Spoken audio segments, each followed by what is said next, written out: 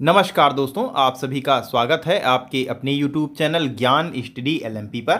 दोस्तों, आज हम सामान्य ज्ञान के प्रश्न करने वाले हैं और सामान्य ज्ञान में हम विज्ञान के यानी साइंस के क्वेश्चन करेंगे और साइंस के हम टॉप 25 क्वेश्चन इस वीडियो में करने वाले हैं। तो आइए दोस्तों, आज की क्लास शुरू करते हैं। क्लास शुरू करने से पहले अगर दोस्तों आप चैनल पर पहली बार आए हैं तो चैनल को सब्सक्राइब कर लें, साथ में बेल आइकन को अंडर प्रेस कर लें, जिससे डेली की डेली जो हमारी क्लास होती है उसकी जानकारी आपको मिल सके। तो अब दोस्तों आइए आज की क्लास शुरू करते हैं। आज का हमारा पहला प्रश्न है, कार्य का मात्रक क्या है? ऑप्शन है आपके जूल, न्यूटन, वॉट, डाइन। तो कार्य का मात्रक दोस्तों होता है जूल। तो यहां पर हमारा ए ऑप्शन सही उत्तर हो जाएगा। कार्य का मात्रक जूल होता है। आइए दोस्तों अगले प्रश्न पर चलते हैं। अगला दोस्तों प्रश्न है, प्रकाश वर्ष मात्रक है। प्रकाश वर्ष बताना है आपको, किसका मात्रक है? दूरी का, समय का, प्रकाश का, धारा का। तो प्रकाश वर्ष दोस्तों मात्रक होता है दूरी का। तो यहां से पर हमारा ए ऑप्शन सही उत्तर हो जाता है। आइए दोस्तों अगले प्रश्न पर चलते हैं। अगला दोस्तों 3 नंबर का हमारा प्रश्न है, निम्नलिखित में से कौन सी मात्रा जड़त्व की माप है? वेग, त्वरण, द्रव्यमान, भार या वजन। तो इसका दोस्तों सही उत्तर है द्रव्यमान। तो द्रव्यमान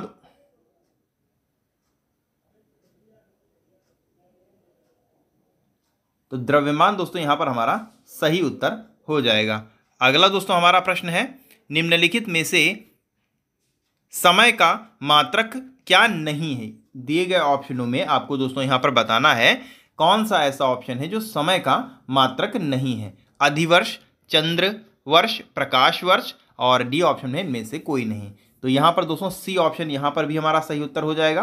प्रकाश वर्ष अभी हमने पहले या दूसरे क्वेश्चन में दोस्तों, पहले क्वेश्चन में हमने पढ़ा था प्रकाश वर्ष दूरी का मात्रक है, दूसरे क्वेश्चन में था ये।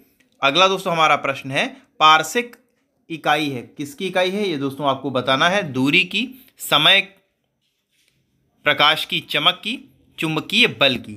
तो इसका दोस्तों सही उत्तर है दूरी की। तो यहां पर ए ऑप्शन दोस्तों यहां पर हमारा सही उत्तर हो जाता है। आइए दोस्तों अगले प्रश्न पर चलते हैं।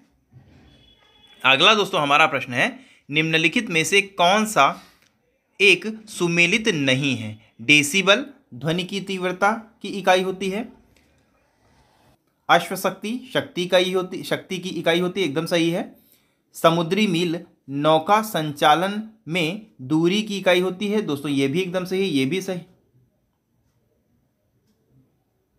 ये भी सही है, ये भी सही है, ये भी सही है। सेल्सियस ऊष्मा की इकाई, ऊष्मा की सेल्सियस नहीं होती है, ताप की इकाई होती है। तो डी ऑप्शन दोस्तों यहां पर हमारा सही उत्तर हो जाएगा। इस प्रश्न का डी ऑप्शन सही उत्तर हो जाएगा। आइए दोस्तों अगले प्रश्न पर चलते हैं। अगला दोस्तों हमारा प्रश्न है, ल्यूमेन किसका मात्रक है? ज्योति तीव्रता का, ज्योति फ्लक्स का, उपरोक्त दोनों का, इनमें से कोई नहीं। तो ल्यूमेन ज्योति फ्लक्स का मात्रक होता है। तो यहां पर दोस्तों बी ऑप्शन हमारा सही उत्तर हो जाता है। आइए दोस्तों अगले प्रश्न पर चलते हैं। अगला दोस्तों हमारा प्रश्न है, क्यूरी किसकी इकाई है? क्यूरी किसकी इकाई है? रेडियो एक्टिव धर्मिता की, तापक्रम की, ऊष्मा की, ऊर्जा की। तो ये दोस्तों इकाई होती है रेडियो एक्टिव धर्मिता की, क्यूरी इकाई होती है। तो यहाँ पर हमारा ए ऑप्शन सही उत्तर हो जाएगा। आइए दोस्तों अगले प्रश्न पर चलते हैं। अगला दोस्तों हमारा प्रश्न है, पास्कल इकाई है, किसकी इकाई है? यहाँ पर बताना है आपको, आर्द्रता की, दाब की, वर्षा की, तापमान की। तो पास्कल होती है दाब की इकाई है। तो यहां पर दोस्तों बी ऑप्शन हमारा सही उत्तर हो जाता है। आइए दोस्तों अगले प्रश्न पर चलते हैं। अगला दोस्तों हमारा प्रश्न है, कैंडिला किसका मात्रक है? ज्योति फ्लक्स, ज्योति प्रभाव, ज्योति दाब, ज्योति तीव्रता। तो ज्योति तीव्रता यहां पर हमारा सही उत्तर हो जाएगा। आइए दोस्तों अगले प्रश्न पर चलते हैं। अगला दोस्तों हमारा प्रश्न है, जूल निम्नलिखित में से किसकी इकाई है? ऊर्जा, बल, दाब, तापमान। तो पहला ही क्वेश्चन था, कार्य का मात्रक था। यहां पर दोस्तों हमारा ऊर्जा सही उत्तर हो जाएगा। ए ऑप्शन यहां पर हमारा सही उत्तर हो जाएगा। अगला दोस्तों हमारा प्रश्न है, मात्रकों की अंतर्राष्ट्रीय पद्धति कब लागू की गई थी? तो मात्रकों की अंतर्राष्ट्रीय पद्धति लागू की गई थी, ऑप्शन है आपके 1969, 1971, 1973, 1993, 1991। तो मात्रकों की अंतर्राष्ट्रीय पद्धति लागू हुई थी 1971 में। तो यहाँ पर दोस्तों बी ऑप्शन हमारा सही उत्तर हो जाता है, बी ऑप्शन सही हो जाएगा। आइए दोस्तों अगले प्रश्न पर चलते हैं। अगला दोस्तों हमारा प्रश्न है हर्ट्ज क्या मापने की यूनिट है? तरंग दैर्ध्य, तरंगों की स्पष्टता, तरंगों की तीव्रता, तरंगों की आवृत्ति। तो हर्ट्ज तरंगों की आवृत्ति के लिए होता है। तो यहाँ पर दोस्तों डी ऑप्शन हमारा सही उत्तर हो जाएगा, डी ऑप्शन सही हो जाएगा। अगला दोस्तों प्रश्न है विद्युत मात्रा की इकाई है एम्पियर, ओम, वोल्ट, कूलाम। तो इसका दोस्तों सही उत्तर है एम्पियर। विद्युत धारा की इकाई होती है एम्पियर। तो ए ऑप्शन यहाँ पर हमारा सही उत्तर हो जाएगा। अगला दोस्तों हमारा प्रश्न है एसआई पद्धति में लेंस की शक्ति की इकाई क्या है? वॉट, डायोप्टर, ओप्टर, मीटर। तो ये दोस्तों इसकी इकाई हो जाएगी डायोप्टर। तो यहाँ पर हमारा बी ऑप्शन सही उत्तर हो जाएगा। अगला दोस्तों प्रश्न है निम्नलिखित में से कौन सा थर्मोसेंटिक प्लास्टिक का उदाहरण है? Melamine, Bakelite, formaldehyde, Teflon. तो इसका दोस्तों सही उत्तर हो जाएगा टेफ्लॉन। यहां पर दोस्तों डी ऑप्शन सही उत्तर हो जाएगा। एक थर्मोसेंटिक पॉलीमर को केवल एक बार गर्म किया जा सकता है जब यह स्थायी रूप से एक ठोस रूप में सेट हो जाता है। इसे मोल्ड या नया रूप नहीं दिया जा सकता।